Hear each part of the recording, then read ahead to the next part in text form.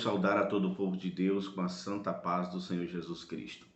Meus queridos, agradeço a Deus em primeiro lugar de estar me dando essa condição de estar aqui para mais uma aula da lição CPAD, da editora CPAD, e falando sobre o diaconato. Então agradeço a Deus em primeiro lugar e também quero agradecer obviamente a você que está interessado em aprender a palavra do Senhor e talvez também até para transmitir para alguma classe específica na sua igreja.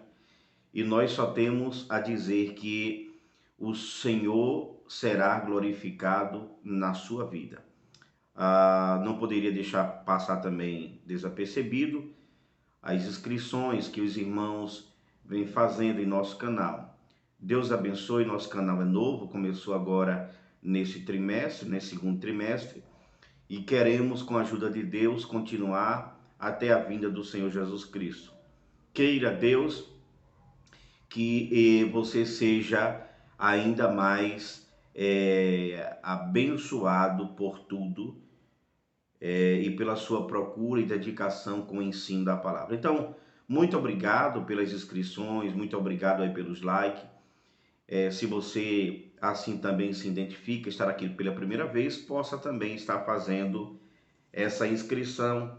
E nós estamos assim, de longe, mas perto ao mesmo tempo, percebendo que mais pessoas têm interesse em estar aprendendo a palavra de Deus. Então, nós vamos, irmãos, apenas comentar alguma coisa da lição.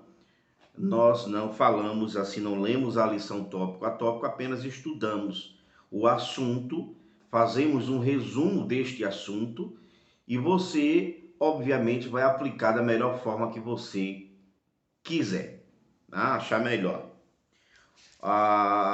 Essa semana a lição é falando sobre o diaconato, lição de número 12, o diaconato. O que seria o diaconato, né? O que significa a palavra diaconato? O que nós podemos ter conhecimento a respeito disso? Bom, mas antes de fazermos assim de darmos o significado, nós queremos mostrar a leitura base para este conteúdo. 1 Timóteo, primeira carta de Paulo a Timóteo, capítulo 3, versículo 8 a o versículo 13. 1 Timóteo 3, 8 a 13. Então, é o tema base, é a leitura base desta temática. A verdade prática diz assim: embora o diaconato seja um ministério específico, a diaconia é uma missão de todo crente. E aqui nós temos a leitura diária, que também é muito bom os irmãos levar em consideração. Essa leitura diária, irmãos, ela é de fato assim, um apontamento resumido e de muito bom gosto para que nós possamos aplicar, tá bom? Bom, o objetivo da lição são 3. Primeiro, analisar o estilo de vida diaconal de Jesus. Segundo, explicar a instituição do ministério do diácono. E terceiro, discorrer sobre o perfil e a função do diácono, tá bom? Então, o que significa o termo diácono? Diácono, irmão, significa servente. Diácono significa garçom, trazendo para os dias de hoje, né? Então seria um garçom. O diaconato, o diácono é um atendente. O diácono é um servo. O diácono é alguém que estava ali fazendo o serviço, muitas vezes, da família da casa. É como se fosse um empregado ou hoje não se chama mais empregada doméstica, né? Geralmente secretária do lar. Mas o diaconato é como se fosse uma secretária do lar. Ou então, vamos falar de um caseiro. Então, seria mais ou menos isso. Então, diácono significa uma pessoa que serve, uma pessoa que trabalha em prol de, não é aquela pessoa que está sempre na atividade. Quando se originou o serviço do diaconato na igreja? Quando se originou? Então, o pano de fundo, e aqui é preciso os irmãos entender um pouquinho, o pano de fundo é a igreja primitiva lá em Jerusalém. Muitos dos irmãos que naquele contexto ali tinham crido em Cristo para a sua salvação, e a Bíblia diz que a igreja crescia. Vamos ler, eu quero ler esse versículo aqui porque eu acho ele muito importante e nós vamos abordar alguma coisa dele. Talvez, irmãos, esse vídeo ele seja parte 1 e parte 2, tá bom? Para a gente gravar ele em alta qualidade. Aqui, Atos capítulo 6, versículo 3, preste atenção. Aliás, versículo 1 a 3, diz assim: Ora, naqueles dias, crescendo o número dos discípulos, crescendo, não estava caindo. Lembremos disso. Ora, naquele dia, crescendo o número dos discípulos, houve uma murmuração dos gregos contra os hebreus. Pega aqui a palavra grego e hebreus, dos gregos contra os hebreus. Por quê? As suas viúvas eram desprezadas. Isso é grave, irmãos.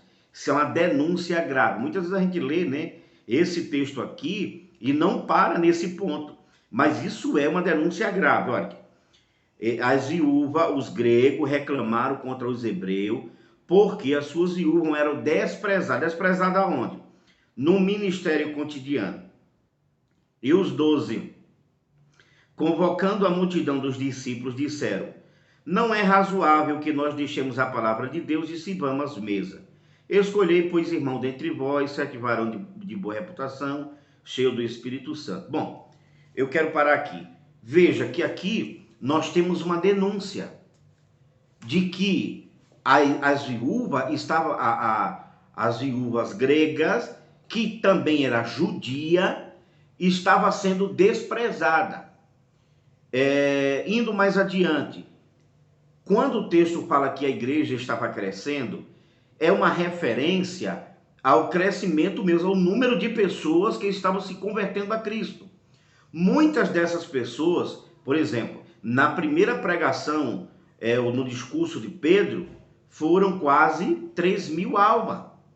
E no segundo, foram quase 5.000 almas.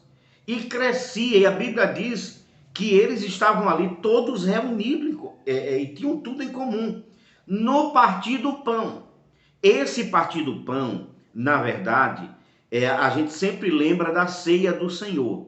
Mas uma coisa que a gente precisa atentar sobre essa questão é que eles comiam junto à refeição diária.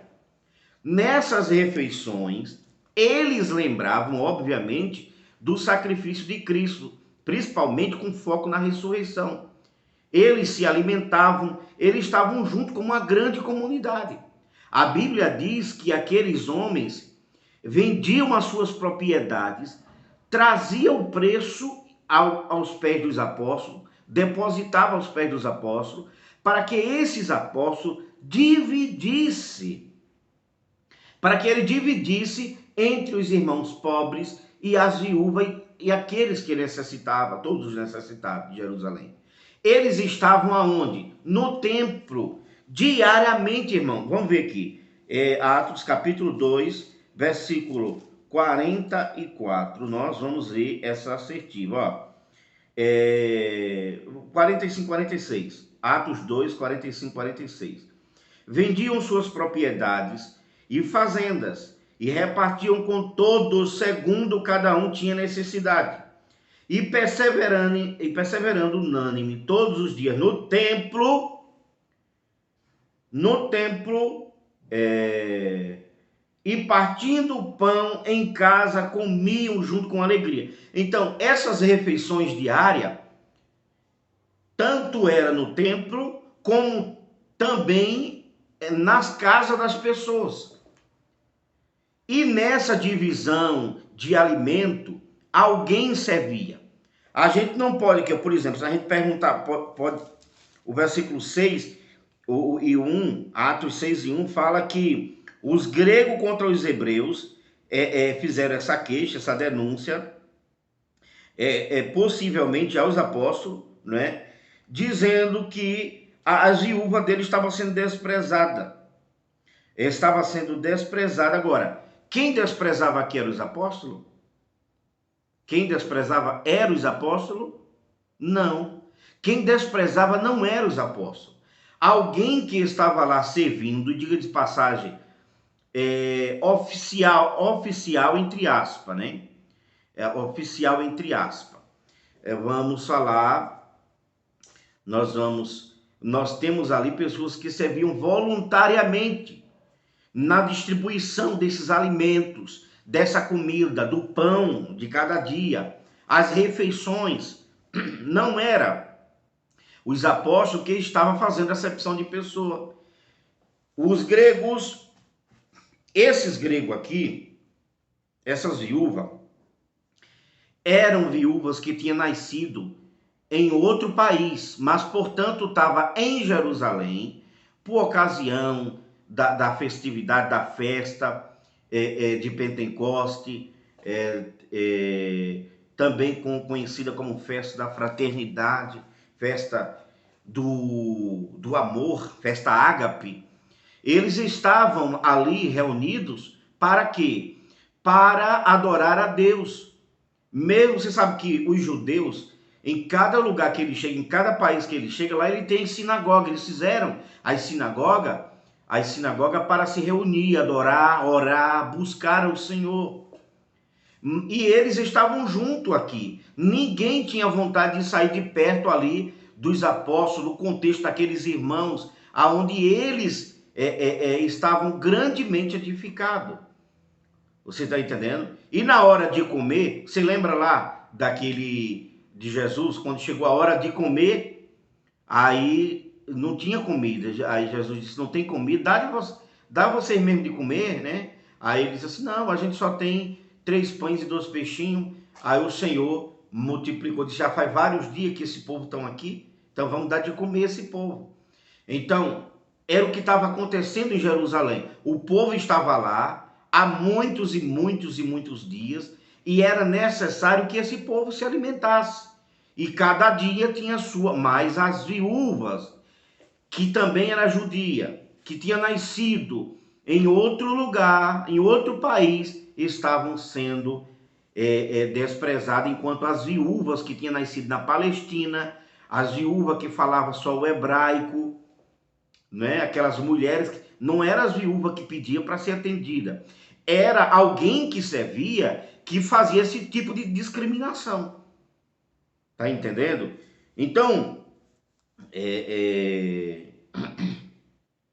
então é necessário que nós entendamos essa parte aqui.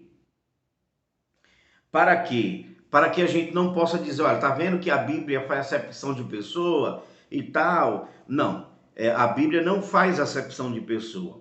O que acontece é que o texto, a Bíblia, irmãos, tanto ela é descritiva como ela é prescritiva. Ou seja, há texto na Bíblia que ela está só descrevendo, relatando como foi. A Bíblia não está recomendando que faça aquilo. O que está acontecendo aqui, a Bíblia não recomenda.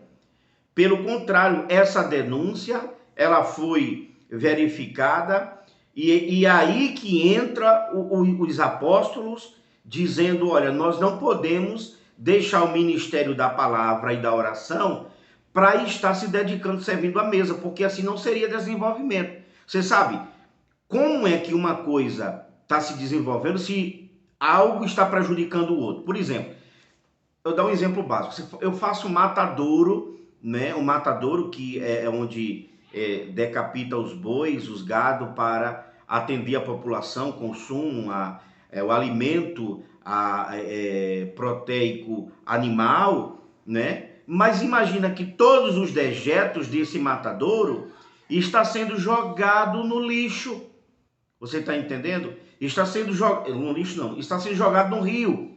Está sendo jogado em um nascedouro de água. Então isso é desenvolvimento? Não. Desenvolvimento é quando uma coisa não prejudica a outra. Então o que é que nós temos aqui? Nós temos apóstolo justamente com cuidado para que uma coisa não prejudicasse a outra. Se ele fosse deixar de ensinar e pregar a palavra por causa que tinha que servir as viúvas, servia todo mundo ali, então a responsabilidade de ir, de ensinar, pregar, sabe, ensinando a cada um, não seria cumprida. Irmãos, o vídeo vai ser parte 1 e parte 2. Eu vou terminar agora aqui a parte 1, tá bom? Daqui a pouco eu volto em nome de Jesus.